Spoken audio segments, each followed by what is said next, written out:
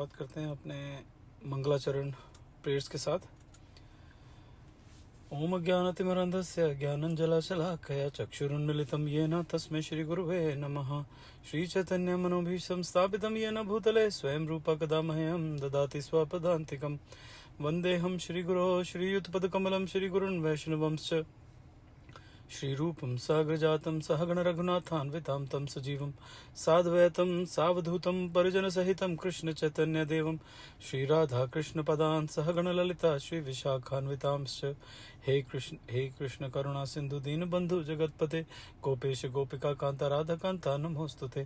तप्त कांचन गौरांगी राधे वृंदावनेश्वरी वृषभानुसुत देवी प्रणमामि हरिप्रिये। वाञ्छाकल्पतरुभ्यश्च कृपया सिन्धुभ्य एव च पतितानां पावनेभ्यो वैष्णवेभ्यो नमो नमः।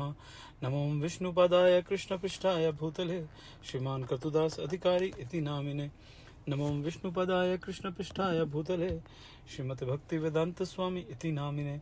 नमस्ते सरस्वते देवे गौरवाणी प्रचारिणे निर्विशेष शून्यवादी पाश्चात्य देशतारिणे। जय श्री कृष्ण चैतन्य प्रभु नित्यानंदा श्री द्वैत गदाधर शिवासादि गौर भक्त वृंद। हरे कृष्ण कृष्ण कृष्ण हरे हरे, हरे राम राम राम हरे हरे। ओके जी, तो पिछली बार हमने 253 तक खत्म किया था। आज हमें 254 से शुरू करना है, तो 253 में एक बार देख लेते हैं हमने कहाँ पे खत्म किया। तो इसमें कृष्ण जी अर्जुन को बोल रहे हैं, जब तुम्हारा मन वेदों की अलंकारमयी भाषा से विचलित ना हो और वह आत्म साक्षात्कार की समाधि में स्थिर हो जाए, तब तुम्हें दिव्य चेतना प्राप्त हो जाएगी।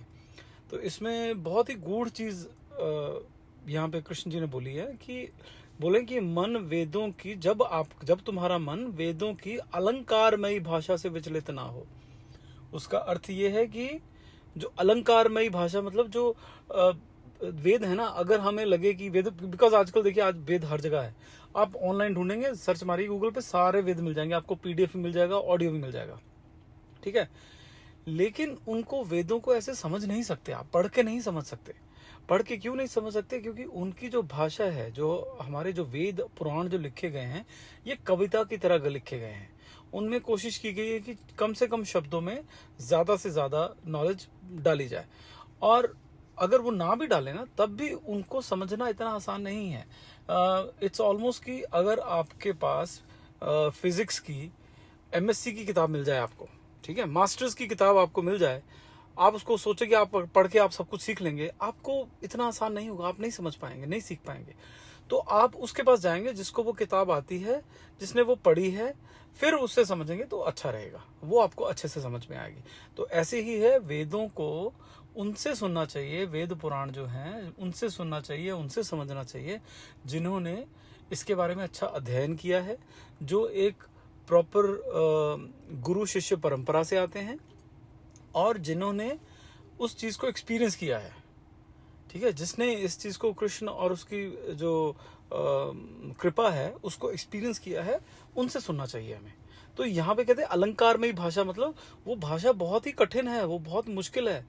हमने पिछली बार डिस्कस किया था कि एक जो हमारे छोटे होते, हम जब छोटे होते थे तो इंग्लिश हिंदी में कुछ पोइम्स होती थी, और उन पोइम्स का हमें मतलब तब समझ में आता था जब हमें पता लगता था कि अच्छा ये लिखा किसने, उसका चरित्र चित्रण जब करते थे कि यार ये देशभक्त था, ये कृष्ण भक्त था, ये राम भक्त था, या ये नास्तिक था और सिर्फ एक किसी औरत के पीछे लगा हुआ था, या सिर्फ नास्तिक था और किसी सिर्फ लोगों की हेल्प करने में इसको मजा आता, उससे तब हमें समझ में आता। तो वही यहाँ पे कहा कि अलंकारमयी भाषा है, बड़ी टेढ़ी मेढ़ी भाषा है, वो समझना बहुत कठिन है।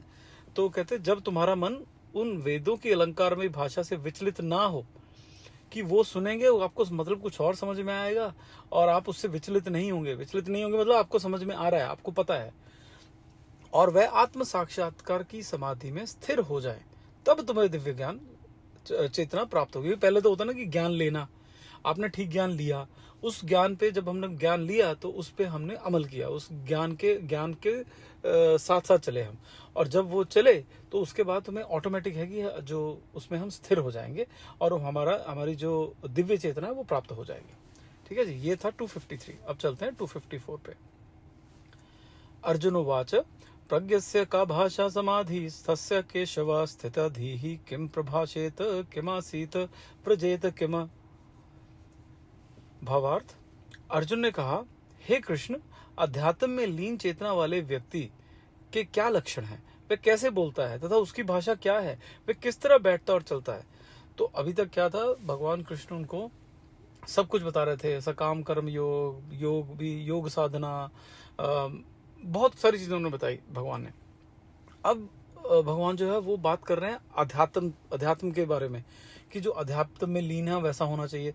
तो अब कोई भी इंसान जो है वो जब सोचता है कि यार अच्छा, ये जो इंसान है जो अध्यात्म में रहता है, जो भक्ति करता रहता है, वो क्या करता होगा, वो कैसे खाता है, कैसे कमाता है, कहाँ जाता है, और अगर बोलता है तो क्या बोलता है।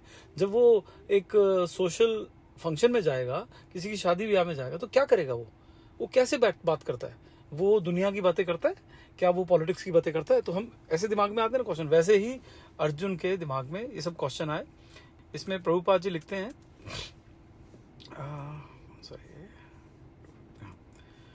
प्रभुपाद जी कहते हैं कि अर्जुन दिव्य व्यक्ति के लक्षणों को समझने का प्रयास कर रहे हैं। जैसे बुरे व्यक्ति, रोगी व्यक्ति आदि के लक्षण होते हैं, कृष्ण भावना भावित व्यक्ति का तात्कालिक लक्षण ये है कि वह केवल कृष्ण और उनसे संबंधित विषयों के बारे में ही बोलता है। ठीक है, ओके जी। नेक्स्ट 255।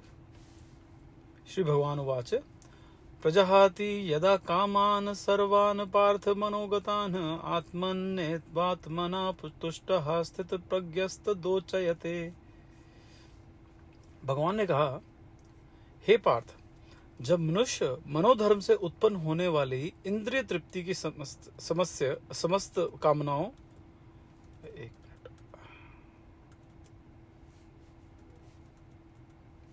सॉरी,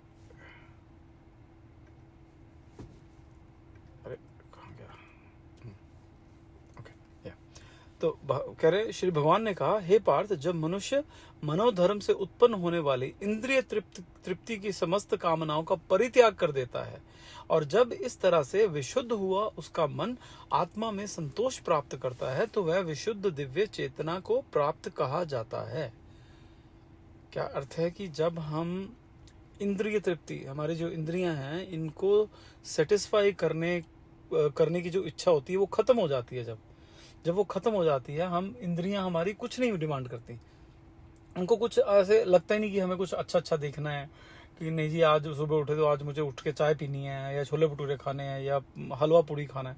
कोई उसको इच्छा ही नहीं होती उनको। ठीक है, जब उनको ऐसी इच्छा ना हो, तो इस तरह से जो विशुद्ध हुआ मन आत्मा में संतोष प्राप्त करता है। ऐसा जो मन है वो संतुष्ट है, ऐसा जो प्राणी है वो संतुष्ट है एकदम।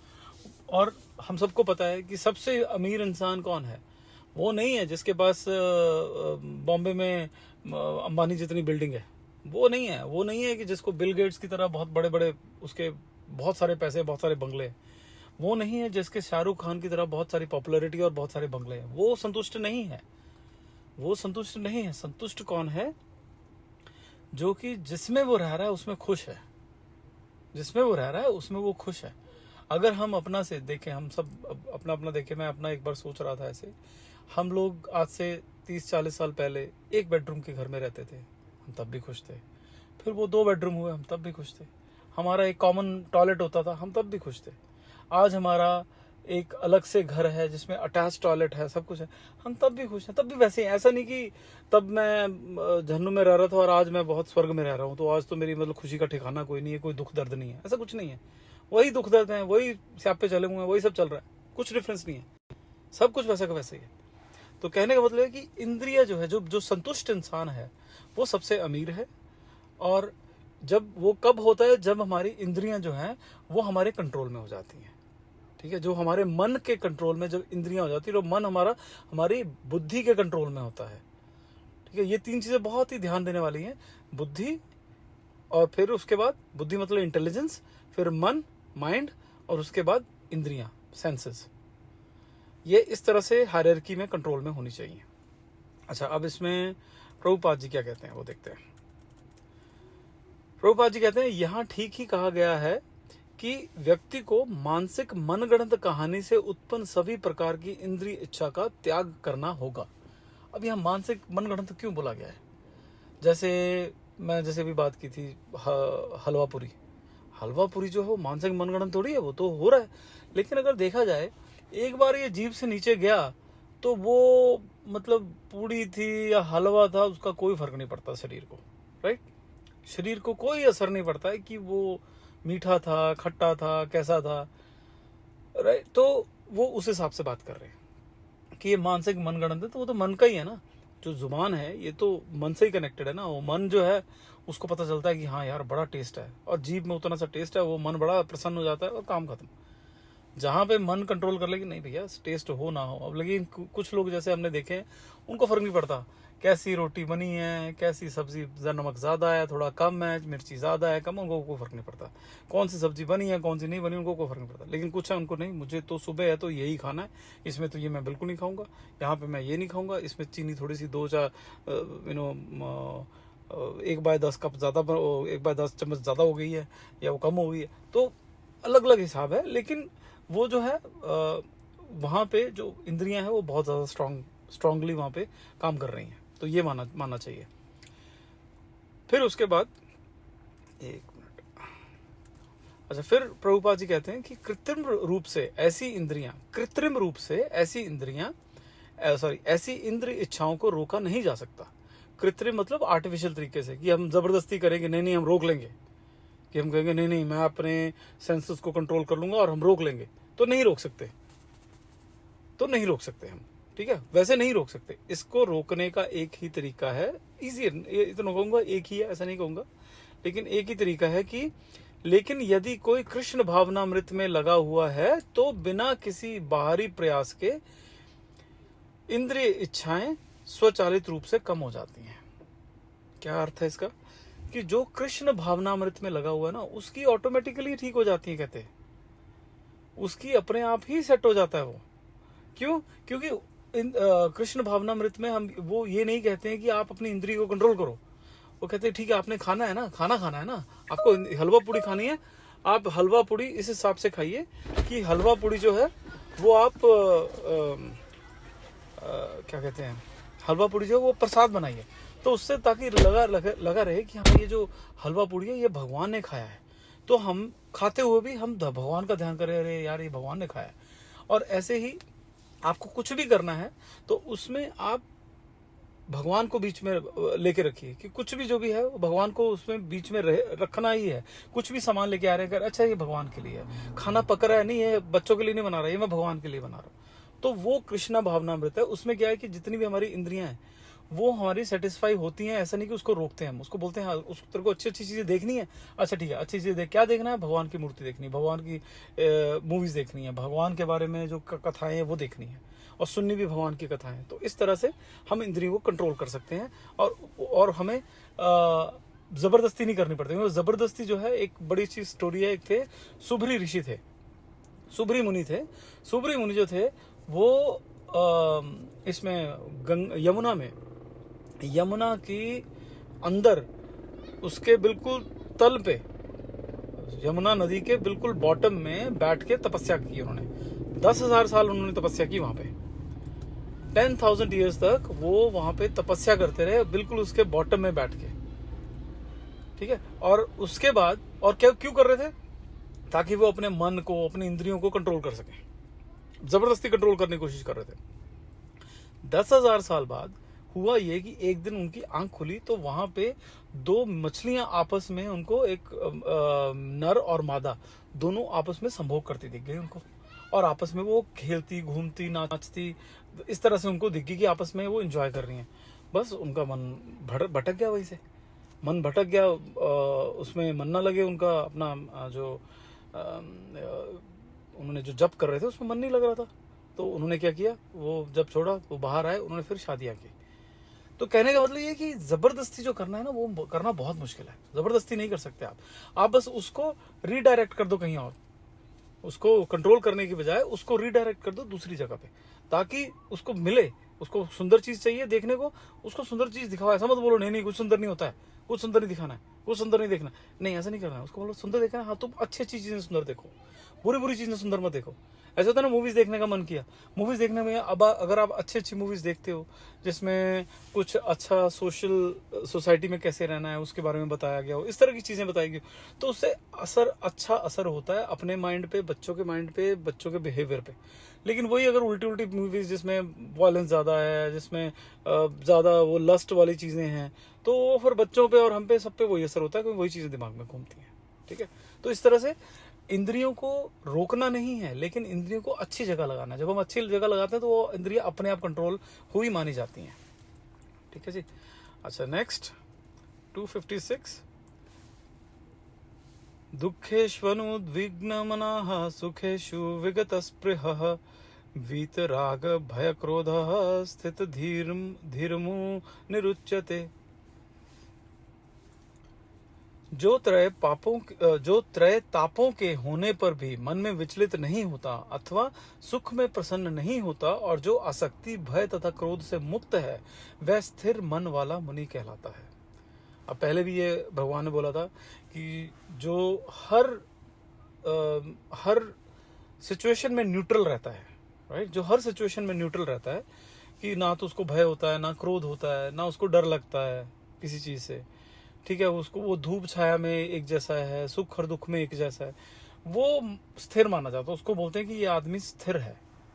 ठीक है, अब इसमें प्रभुपाद जी क्या कहते हैं कि आसक्ति का अर्थ है अपनी इंद्रिय संतुष्टि के लिए चीजों को स्वीकार करना, और विरक्ति ऐसी कामुक आसक्ति का अभाव है। ठीक है, मैं फिर से बोलता हूँ, आसक्ति जो है उसका अर्थ है अपनी इंद्रिय संतुष्टि के लिए चीजों को स्वीकार करना। इंद्रिय संतुष्टि के लिए मतलब मुझे टीवी चाहिए, मुझे कार चाहिए, मुझे बाइक चाहिए, मुझे ये चाहिए, वो चाहिए, अच्छे अच्छे हर रोज नए नए पहनने के लिए कपड़े चाहिए, ये सब जो चीजें हैं ये है आसक्ति। ठीक है, मुझे वो भी चाहिए, वो भी चाहिए, ये है आसक्ति। और विरक्ति ऐसी कामुक आसक्ति का अभाव है। जब ऐसी आसक्ति का अभाव हो, अब मुझ में कई बार ऐसे सोचता था कि हम लोग जब 40-45 साल पहले हम लोगों के पास गिनती के कपड़े होते थे, सबके पास, बहुत ज्यादा ऐसे नहीं होते थे कि 50-50 कपड़े, 20-20, 30-30 सूट पड़े हो किसी के पास। वही 5-10, 8-10 ऐसे होते थे, 5-6-7, उसी में सब निकल जाता था और खुश थे। ऐसा नहीं था कि खुश नहीं थे या सुंदर नहीं दिखते थे, सब बढ़िया। बट अब ऐसा ही है कि अब कल्चर ऐसा है कि भाई रोज नया पहनो, रोज नया सूट होना चाहिए, रिपीट नहीं करना। ठीक। अच्छा, फिर आगे प्रभुपाद कहते हैं, लेकिन कृष्ण चेतना में स्थिर व्यक्ति को ना तो लगाव होता है, कृष्ण चेतना में स्थिर व्यक्ति को ना तो लगाव होता है और ना ही वैराग्य, क्योंकि उसका जीवन भगवान की सेवा में समर्पित होता है। देखिए, कृष्ण जीव, एक तो पहले बताया कि वैराग्य कर दो, एक तो होता है वैराग्य मतलब अरे मुझे ये भी नहीं करना, मुझे ये भी नहीं करना, मुझे नहीं करना चाहिए, मुझे ये भी नहीं करना चाहिए, मुझे कुछ भी नहीं करना चाहिए। जो कृष्ण भावनामृत होता है उसको किसी चीज से लगाव नहीं होता, करने से या ना करने से। क्योंकि जो वैरागी है ना, उसको ना करने से बड़ा लगाव होता है, नहीं मुझे ये नहीं करना, उसको लगाव होता है कि नहीं मैं वैरागी हूँ, मुझे ये नहीं करना है, मुझे ये भी नहीं करना है। लेकिन जो कृष्ण भावनामृत होता है वो कहता है कि यार करना है कि नहीं करना है, दोनों चीजों से उसे लगाव नहीं है। कर लिया, अगर भगवान की इच्छा, भगवान का उसमें इच्छा हो और भगवान का उससे भगवान प्रसन्न हो रहे हो तो कहते वो कर लेता है, अगर उससे प्रसन्न नहीं होते वो नहीं करता है। बस इतना ही उसका मापदंड होता है, उसके अलावा उसको कोई लेना देना नहीं है कि करना है कि नहीं करना है, और क्या करना है क्या नहीं करना, उससे कुछ उसको कोई फर्क नहीं पड़ता है। ठीक है, फिर आगे क्या कहते हैं, परिणाम स्वरूप प्रयास असफल होने पर भी वह बिल्कुल भी क्रोधित नहीं होता है, सफलता मिले या ना मिले। एक कृष्ण भावना भावित व्यक्ति हमेशा अपने दृढ़ संकल्प पर स्थिर रहता है। ठीक है, क्योंकि जब कोई भी काम करते हैं, देखिए वो चाहे आप स्पिरिचुअल काम हो, मतलब ये भक्ति में आप आगे बढ़ रहे हो, चाहे वो आप मटेरियल वर्ल्ड में कोई जॉब कर रहे हैं या बिजनेस कर रहे हैं या कुछ भी कर रहे हैं, या आप नए रिलेशनशिप में ऐड हो जा रहे हैं, किसी में कोई नए रिश्ते बन रहे हैं, इन सब चीजों में अड़चने आती ही आती हैं। ये दुनिया ही ऐसे बनी है, ये ऐसी ही है दुनिया। ठीक है, कि अड़चने आती ही आती हैं, उसमें प्रॉब्लम्स आती ही आती हैं, सफलता कभी मिलती है कभी नहीं मिलती है। तो उसमें कहते हैं कि उसमें दृढ़ रहना है, दृढ़ संकल्प जो है वो बहुत बहुत बहुत जरूरी है।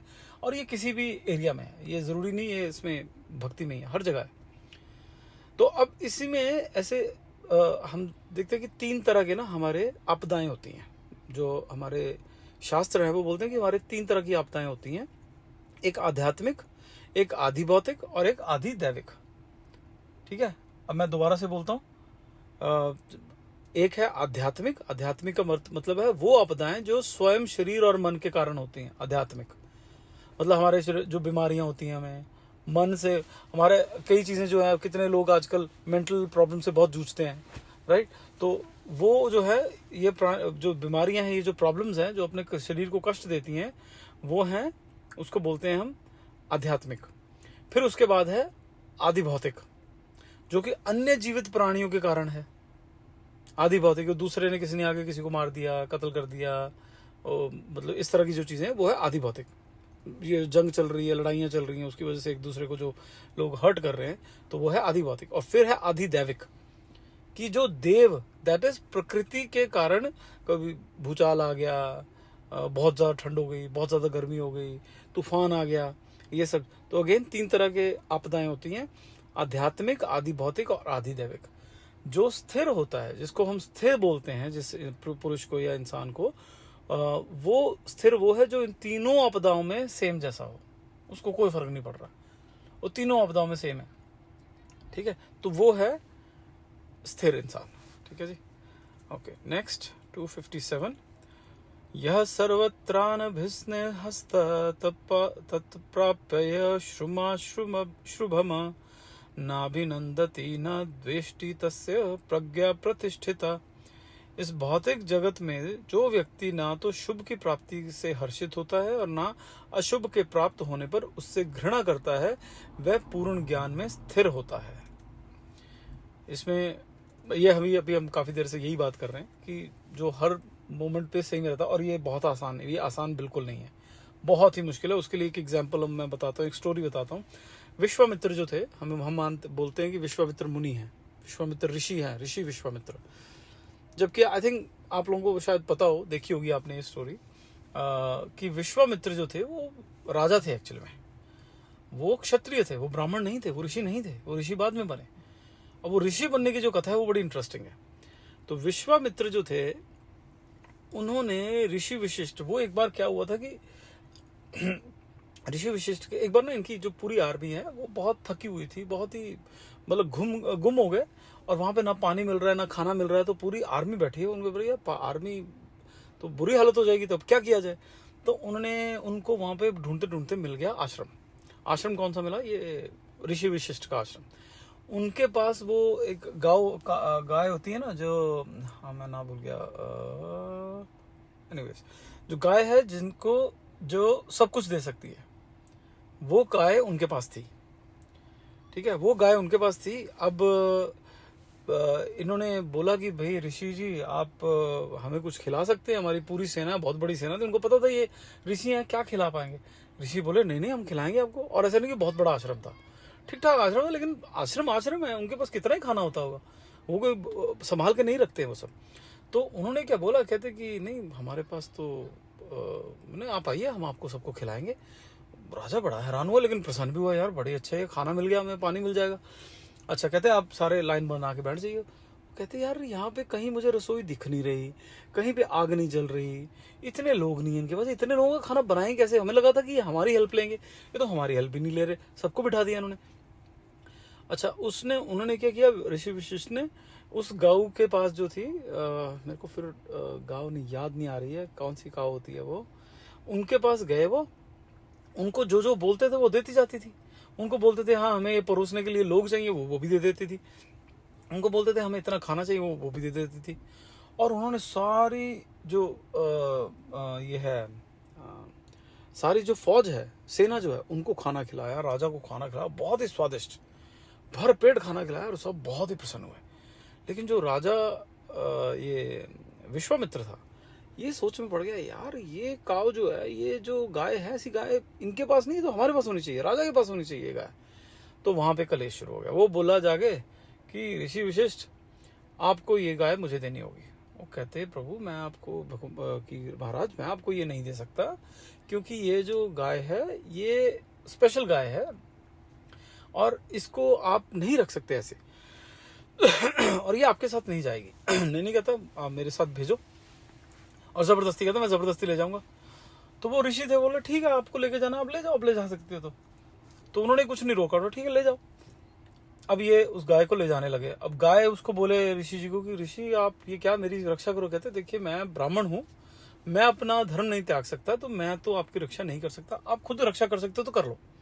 इतने में जो गाय है उन्होंने अपने मुंह से बहुत सारे सैनिक निकाले, उन्होंने उस सेना को खदेड़ दिया, भगा दिया और गाय जो वो वापस स्वर्गलोक चली गई। ठीक है। अब ये इनको बड़ा हुआ कि यार ये कैसे, मतलब उनको बहुत जो वो ना क्या अपना क्षत्रिय थे, तो क्षत्रिय वाला जो वो जाग गया उनका कि यार मेरे बड़ा गुस्सा आया कि ये मेरे साथ मेरी तो सेना भी खदेड़ दी और मेरे को दिया भी नहीं इन्होंने। वो वापस आए कि कहाँ है, वो कहते जी है तो अब तो चली गई गाय, तो चली गई। इनको और गुस्सा आया, इनको बड़ा गुस्सा आया। तो इन्होंने क्या किया, वशिष्ठ जी के एक एक करके 100 पुत्रों को मार डाला उन्होंने। ऋषि वशिष्ठ के 100 पुत्रों को मारा उन्होंने, और ऐसा नहीं कि एक ही साथ खत्म कर दिया, एक एक करके 100 पुत्रों को मारा उन्होंने। और हर पुत्र के बाद जाके उनसे बात करते थे, उनको एक तरह से चढ़ाते थे, लेकिन उनको कोई फर्क नहीं पड़ता था। ऋषि वशिष्ठ थे वो सब हर उसमें सेम रहते थे कि नहीं मैं ब्राह्मण हूँ, दैट्स ओके, कोई बात नहीं। वो बोलते थे दैट्स ओके, कोई बात नहीं, मार दिया, वो उसका कर्म था जो भी है, मैंने क्या करना है, ठीक है कोई बात नहीं। और वो जब 100 पुत्र मार दिए उसने, उसके बाद वो राजा हिल गया कि यार ये जो बल है, उसको लगता था कि मेरे को सबसे बड़ा बलवान बनना है। तो उसने जब ये देखा तो बोला यार इससे बलवान कौन हो सकता है, इतना बलवान जिसने 100 पुत्र मर गए, उसकी गाय मेरी वजह से वो चली गई छोड़ के, और फिर भी वो उसको कोई गुस्सा नहीं है मेरे पे, कोई वो जाके बोलता था आपको मेरे ऊपर कोई क्रोध नहीं है, कहते ना मेरे को कोई क्रोध नहीं। तो वो मतलब हिल गया वो एक तरह से। और उसके बाद उसको समझ में आया कि ये जो मैं सोचता हूँ कि अपने शस्त्रों के द्वारा मैं अपने आप को बलवान बना लूंगा, वो नहीं हो सकता। सबसे बली तो ये है, ये ऋषि हैं इतने बली, मुझे यही बल हासिल करना है। उसके बाद उन्होंने तपस्या की और जिससे वो ऋषि विश्वामित्र बने। तो यहाँ पे कहानी मैंने जो इसलिए सुनाई कि जो एग्जाम्पल है, जब हम बोलते हैं ना कि सब सिचुएशंस में सेम रहना चाहिए, न्यूट्रल रहना चाहिए, तो उसकी एग्जाम्पल क्या है, ये एग्जाम्पल है। लेकिन ये इतना आसान नहीं है, बहुत मुश्किल है, बहुत ही ज्यादा मुश्किल है। ठीक है, लेकिन ऐसा नहीं कि इम्पॉसिबल है, कि ऐसा सिर्फ सुनने में आता है, होता है। ठीक है जी, अगला 258। यदा संहरते चाह्यं कुर्मो गानीव सर्वशः इंद्रियार्थेभ्यस्तस्य प्रज्ञा प्रतिष्ठिता। जिस प्रकार कछुआ अपने अंगों को संकुचित करके खोल के भीतर कर लेता है, उसी तरह जो मनुष्य अपनी इंद्रियों को इंद्रिय विषयों से खींच लेता है, वह पूर्ण चेतना में दृढ़ता पूर्वक स्थिर होता है। इसी बारे में काफी देर से बात कर रहे हैं, फिर अब देखते हैं प्रभुपाद जी क्या कहते हैं। प्रभुपाद जी कहते हैं एक योगी भक्त या आत्म साक्षात्कारी आत्मा की परीक्षा ये है कि वह अपनी योजना के अनुसार इंद्रियों को नियंत्रित करने में सक्षम है। कि कहते कि एक योगी जो भक्त है वो अपनी इंद्रियों को अपने कंट्रोल में है। कंट्रोल का मतलब ये है कि ऐसा नहीं कि उसको कोई चीज टेस्टी नहीं लगती है, कोई चीज खाता है तो उसको स्वाद नहीं लगती है, या कोई चीज देखता है तो उसको सुंदर नहीं लगती, सब लगता है उसको, लेकिन देखने का नजरिया है। एक ऐसे मैं छोटी सी कहानी बताता हूँ, एक इसमें और कथा है जो मैं मेरे ख्याल से अगली क्लास में बताएंगे। एक छोटा बहुत, एक बार क्या हुआ, आपने भी सुना होगा आई एम श्योर। बस में लोग जा रहे हैं, बस जा रही है, बस में एक बहुत लोग बैठे, तरह तरह के लोग बैठे हैं, और उस बस में एक जगह रुकती है और वहां पे बहुत ही बेहद सुंदर लड़की जो है वो निकलती है। वो वहां पे बेहद सुंदर लड़की जो है वो वहां पे चढ़ती है उसमें बस में। सारी बस उसकी तरफ देख रही है, उसमें बड़ी अच्छी सुगंध आ रही है और बहुत अच्छे उसने कंगन वगैरह पहने जो छन छन कर रहे हैं, उसकी पायलें छन छन कर रही, सब उसकी तरफ देख रहे हैं, सब एकदम से कि यार क्या कितनी सुंदर लड़की है।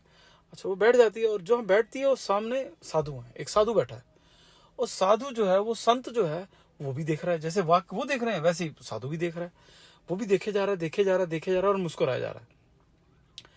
वो जो लड़की है वो थोड़ी देर बाद रोक नहीं पाती अपने, कहती बाबा जी मैंने बाकी सबसे तो उम्मीद नहीं की थी, लेकिन आपसे मुझे ये बिल्कुल उम्मीद नहीं थी। कि बाकियों का तो चलो ठीक है, उनका तो ऐसा ही है, ठीक है, उनसे तो मैं समझ सकती हूँ, लेकिन आपसे तो कहती मैंने ये उम्मीद की नहीं थी कि आप भी, आपकी नजर भी ऐसी है, आप भी मुझे ऐसे देख रहे हैं। वो कहती बेटा ऐसी बात नहीं है, मैं सिर्फ ये देख रहा हूं कि भगवान ने जिसको बनाया है, भगवान के जो बच्चे हैं, भगवान की जिस चीज को बनाया वो इतनी सुंदर है, तो भगवान खुद कितने सुंदर होंगे। जो बोलते हैं कि कृष्ण जो है वो इतने सुंदर थे कि सब जो है, जब पहली बार मथुरा आए तो उसमें आता है भागवत में, बोलते हैं, कहते हैं कि जो औरतें हैं वो श्रृंगार करती थी, एक उन्होंने पायल पहनी, दूसरी पायल पहनना भूल गई, ऐसे ही आ गई। कई जो थी वो एक झुमका पहना, दूसरा पहनना ही नहीं, वो ऐसे आ गई, वो आधा झुमका पहना, लटका हुआ झुमका, ऐसे ही भागती आ गई। उनको जब दिखा हल्का सा उनका प्रकाश भी दिखा ना, तो वो भागती भागते आई, उनको सब छोड़ दिया उन्होंने। दूध उबल रहा है, उनको कोई होश नहीं है। उन्होंने ऊपर से पल्लू नहीं लिया हुआ, उनको कोई होश नहीं है। उनकी जो ऊपर कहते हैं पेटीकोट जो वो ठीक से बंधा नहीं हुआ, उनको, वो भागते भागते आ गए, उनको कोई होश नहीं है कि उन्होंने कपड़े पहने नहीं पहने, यहाँ तक हालत थी। वही होता था वृंदावन में, वही हुआ मथुरा में जब पहली बार गए। तो कहते, वो बोले कि जब तुम इतनी सुंदर हो तो वो भगवान कितने सुंदर होंगे। तो ऐसा नहीं कि जो संत है वो अपनी आंखों को, जी उनको कुछ सुंदर नहीं लगता है या उनको कुछ मीठा नहीं लगता है, नहीं, वो कंट्रोल करते हैं, कहाँ पे कंट्रोल करना है, कहाँ पे नहीं करना है, वो उनको पता है। तो उस हिसाब से कभी दबा लेते हैं, कभी छोड़ देते हैं। ठीक है, तो चलिए इसमें एक और कथा है जो मैं अगली बार बात करेंगे। अभी 2 मिनट ऊपर हो गए हैं, तो अभी हम यहीं पे बंद करते हैं। और किसी के अगेन कोई प्रश्न हो तो आप मुझे मैसेज कर सकते हैं, कॉल कर सकते हैं। मुझे 1-2 प्रश्न आए थे, मैसेज आए थे, थैंक यू फॉर दैट, और बहुत अच्छे प्रश्न थे, बहुत आनंद आया उसका आंसर देते हुए भी और डिस्कस करते हुए भी। तो थैंक यू वेरी मच। हरे कृष्णा, श्रील प्रभुपाद की जय, गुरु महाराज की जय, हरि हरि बोल।